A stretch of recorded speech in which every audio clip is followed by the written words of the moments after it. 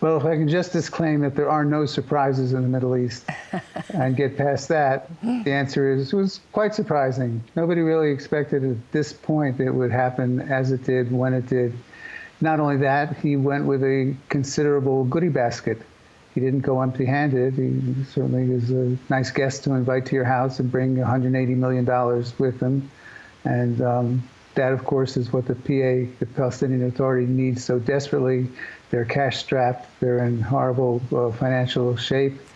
And it seems that the two leaders came up with a way that they could actually bring some of the money that Israel freezes when they collect, according to the Oslo Accords, their international restrictions on the money that they can collect. So Israel is charged with collecting the tax and tariff money for the PA, and they're supposed to give it to them monthly. But it's become a bit of a hammer to use when the PA does something that doesn't suit the Israelis all that well. Israel actually has passed a law saying that they could freeze or must freeze the amount that's used in the paying of stipends to families of what the Israelis would call terrorists, what the Palestinians would call martyrs, violence against Westerners, against Americans, against Israelis. Those families receive regular payments. To the Americans, that's unheard of, and they've legislated against being able to give the money. So this is, in effect, if you ask the Palestinians, they're getting the money from the Israelis through this mechanism, but they're saying it's their own money. So really, what's the big deal? Yeah, interesting. But how important is the money to strengthening the Palestinian Authority, and what might that mean then for Hamas? Well, Hamas has for a long time kept itself going on the mantra that, see, the Fatah people talk and negotiate, but nothing ever happens. We, on the other hand, have armed resistance, which means violence. And when each violent episode, like the 4 wars in the Gaza Strip, come to a close, there's always some goodies at the end of it, larger fishing areas, extra fuel for the couple generators that they have. Something tangible comes out of it. So the back and forth between Hamas and Fatah is always one does and the other talks. Yeah. This gives the Fatah people an opportunity to do a little crowing, if you will, especially because they do want to have an election before too long. Mahmoud Abbas is in the 16th year of his 4-year term, so it's kind of time to have an election. Yes, indeed, like many other leaders around the world. But importantly, of course, you know, this discussion that the US president raised recently in meetings with the Prime Minister, urging efforts at a two-state solution, is that on the cards as a consequence, as a flow-on from this meeting, or is that not going to be a possibility? Well, what really has to be seen is what was the base of support for having this meeting.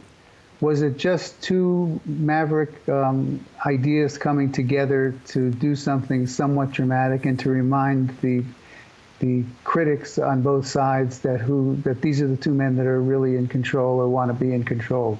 Or was it a trial balloon? I've always pointed out that in the Middle East, trial balloons are sacrosanct. You know, if you want to know what's happening in a government, look for the secretary or minister of trial balloon launching.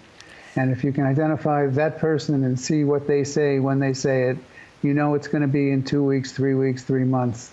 And if this is a trial balloon, then there could be some rumblings of something that would be on the scale of the Abraham Accords, or something that might plug into the Abraham Accords, and that would surprise people too.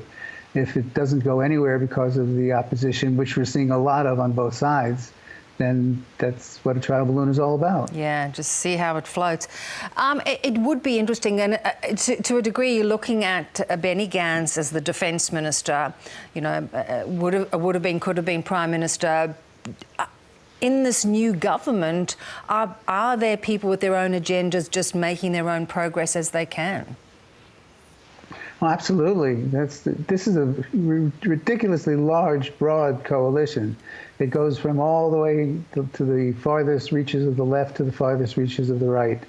And in between, everybody is really operating in a government that has decided they won't do anything too dramatic or deal with the tough issues, they'll continue, they'll get the wind in their sails by dealing with issues that are not overly controversial. That's one of the reasons that this meeting was so unusual and unexpected, because it was not part of the game plan. But what we're seeing on the Israeli side is 4 different leaders, in quotes, who have their own little fiefdoms, and they're feeling out just how far they can go with taking actions somewhat unilaterally. Although Gantz, the Gantz-Abbas meeting supposedly was approved by Naftali Bennett, the prime minister. And that, of course, he being on the right wing, the farther to the right of the government, upset many of his own people. So that's still playing out, too. It's still new, and all of these guys have to see just how far their own people will allow them to go before they see how far the others will let them go. Yeah, but interesting, at least a little bit of movement. Great, as always, to get your analysis, Michael. Thank you so much. Always great being with you, Bev. Thank you.